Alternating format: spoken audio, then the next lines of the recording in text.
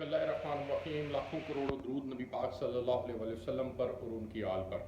America Afghanistan से शिकस्त खुर्दा होकर निकल चुका है और उसके निकलने के बाद ज़बीउल्लाह मुजाहिद ने कहा है कि ये दुनिया के बड़े बड़े इन्वेडर्स के लिए एक पैगाम है।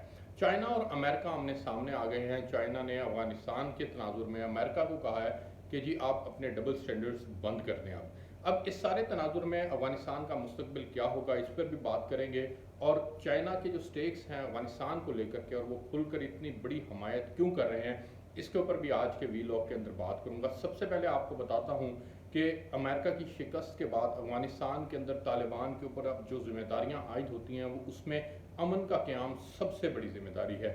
यूएन सिक्योरिटी काउंसिल के अंदर जब अमेरिका गया है पिछले दिनों, और वहाँ पर उन्होंने जो प्ली ली वो ये थी कि जी अफगानिस्तान से अमेरिकन फौजियों को निकलने में, अमेरिकन सिविलियंस को निकलने में और दीगर नेटो के जो लोग हैं उनको निकलने में और उन अफगानियों को निकलने में जिन्होंने अफगानिस्तान को छोड़ना है और जिन्होंने अमेरिका का साथ दिया है, उनको निकलने के अंदर तालिबान हमायत करें। दूसरी जो अहम चीज़ उन्होंने वहाँ पर कही थी वो ये थी कि जी एक सेफ जोन बना देते हैं, उसके अंदर ये सारे लोग रहें। लेकिन उस सेफ, ये फ्रांस की जानिब से तजवीज़ थी, लेकिन उस सेफ जोन के मुतालिक तो खैर इम्प्लीमेंटेशन में नहीं आ सकी बात। लेकिन जो अमेरिका ने प्ली ली थी वो प्ली के ऊपर कमेंट किया है फिर चाइना ने।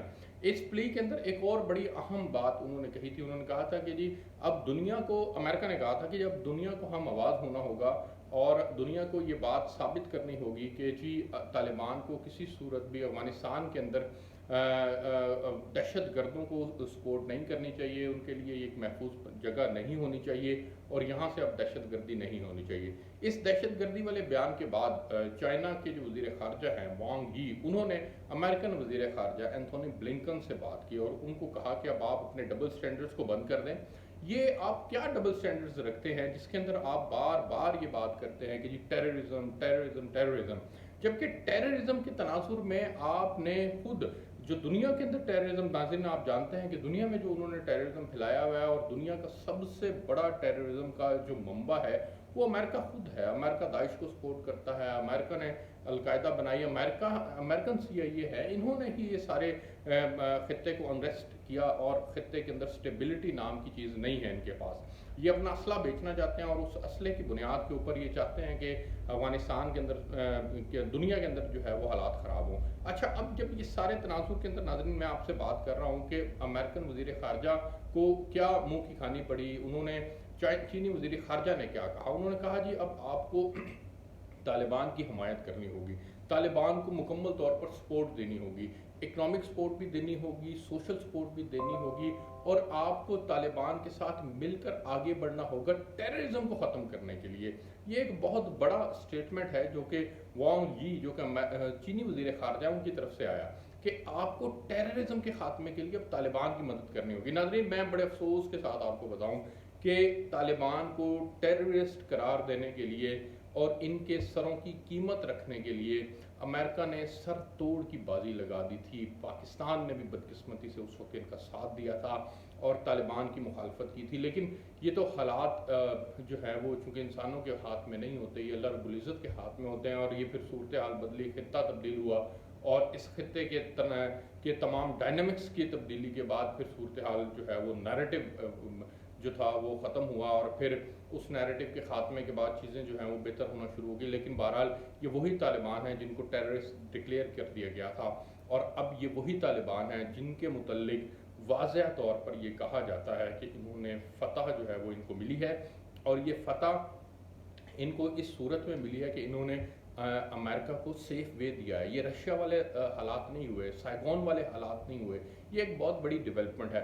अच्छा जी, तो चाइना ने जो अमेरिका को कहा है वो बड़ा वाज़ेह है। उन्होंने कहा है कि आपको इकनॉमिक स्टेबिलिटी के लिए अब किरदार अदा करना होगा और सोशल स्टेबिलिटी के लिए किरदार अदा करना होगा। खित्ते का ठेकेदार मत बने, डबल स्टैंडर्ड्स मत रखें। अगर आप डबल स्टैंडर्ड्स रखते हैं तो आप सिलेक्टिव टेररिज्म की जो बात करते हैं वो बात आपकी ठीक नहीं है। दूसरा उन्होंने कहा कि आपके इनखला के बाद जो हुआ है वो ये कि दहशत गर्दों को मुमकिन तौर पर मौका मिल सकता है आपके इतने रैपिड इनखला से कि वो यहाँ पर पनप सकते हैं और आगे बढ़ सकते हैं। तो आपको तो चाहिए कि आप तालिबान की हिमायत करें। ये तालिबान की अगर हिमायत नहीं करेंगे तो ज़ाहिर है खित्ते के अंदर नुकसान होगा और फिर नुकसान सबसे बड़ा किसको होगा, वो चाइना को होगा, क्योंकि China one belt one road का इनिशिएटिव लिए हुए है। और ये वन बेल्ट वन रोड का जो इनिशिएटिव है, ये पाकिस्तान को एक इतनी बड़ी स्टेबल कंट्री बनाने के अंदर किरदार अदा कर सकता है, क्योंकि यहाँ पर सी पैक है। और इस सी पैक के तनाजुर के अंदर जो है वो आप से मैं जो जो वन बेल्ट वन रोड के तनाजुर के अंदर बात कर रहा हूँ, वो ये है कि रशिया भी उनके साथ हमनवा बना हुआ है, और ईरान भी उनका साथी बना हुआ है, और पाकिस्तान तो उनका पहले से साथी है। तो अब वो अफगानिस्तान को भी अपना साथी बनाना चाहते हैं। जब वो अफगानिस्तान को अपना साथी बनाना चाहते हैं, तो फिर जाहिर सी बात है वो चाहेंगे कि वहाँ पर डेवलपमेंट हो, वहाँ पर लोग अमन व अमान से रहें, लोग महफूज हों, लोगों का जानो माल महफूज हो। जब लोगों का जानो माल महफूज होगा तो ये चाइना की इकॉनमी के लिए बहुत ज़रूरी है। चाइना वहाँ पर उस मार्केट को अब टारगेट करना चाहता है, और फिर उससे नए रास्ते नए एवेन्यूज़ जो है वो निकालना चाहता है। वो तालिबान के साथ मिलकर आगे बढ़ना चाहता है, और वो चाहता है कि खित्ते के अंदर जो है वो चीज़ें बेहतरी की तरफ जाए, ना कि चीज़ें ख़राबी की तरफ जाएं। और अमेरिका भी ये कभी नहीं चाहेगा। अमेरिका को पहले सी पैक खटकता था, अफगान भारत को सी पैक खटकता है। इसी तरह से ईरान के साथ जो इन्वेस्टमेंट्स हो रही हैं वो उनको खटकती हैं, रशिया के साथ जो उनके मामलात हैं, इन्वेस्टमेंट्स हैं, वो उनको खटकती हैं। और फिर दीगर जो सेंट्रल एशियन कंट्रीज़ हैं उनके साथ जो इन्वेस्टमेंट्स हैं वो उनको खटकती हैं। वो खित्ते में ठेकेदार बनने के लिए तो यहाँ पर अफगानिस्तान के अंदर आए थे, खित्ते का चौधरी बनने के लिए तो आए थे। भारत को चौधरी वो बनाना चाहते थे, लेकिन दोनों बुरी तरह शिकस्त खुर्दा हुए, बुरी तरह नाकाम हुए। और इसके अंदर फतह जो है वो यकीनी तौर पर कहीं ना कहीं इसका क्रेडिट पाकिस्तान को भी जाता है। एक और जो अहम चीज़ जो डेवलपमेंट के अतबार से हुई है वो ये है कि चाइना ने ये कहा है अमेरिकन वज़ीर ख़ारजा को, जनाब आप इनकी इकनॉमिक स्टेबिलिटी के लिए भी किरदार अदा करें, इनकी जो करेंसी की डिप्रिसिएशन है उसको भी कंट्रोल करें, स्टॉप करें उसको, और इनकी जो चीज़ें हैं, कॉस्ट ऑफ लिविंग है उसको बेहतर करें, और स्टेबिलिटी को, सोशल स्टेबिलिटी को लाने के अंदर किरदार अदा करें। आप डबल स्टैंडर्ड्स, सिलेक्टिव किस्म के डबल स्टैंडर्ड्स जो हैं वो उनको बंद कर दें।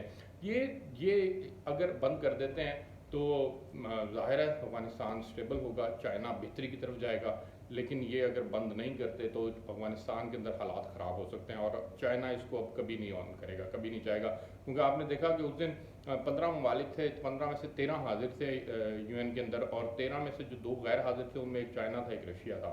और ये बिल्कुल उसी तनाजुर के अंदर मैं आपको बता रहा हूँ कि रशिया जो है वो सूरत हाल को कंट्रोल करने के लिए सूरत हाल को बड़ी डीपली मॉनिटर कर रहा था, और वो ये देख रहा है दूर से बैठा हुआ कि जी अमेरिका को शिकस्त हो गई है, या उसके लिए आज फतह का दिन भी है। क्योंकि रशियन जो हैं वो जिस तरह से शिकस्त खुर्दा होकर अमेरिका की हिमायत से उस वक्त निकले थे, आज बिल्कुल सेम वही चैप्टर दोहराया गया है।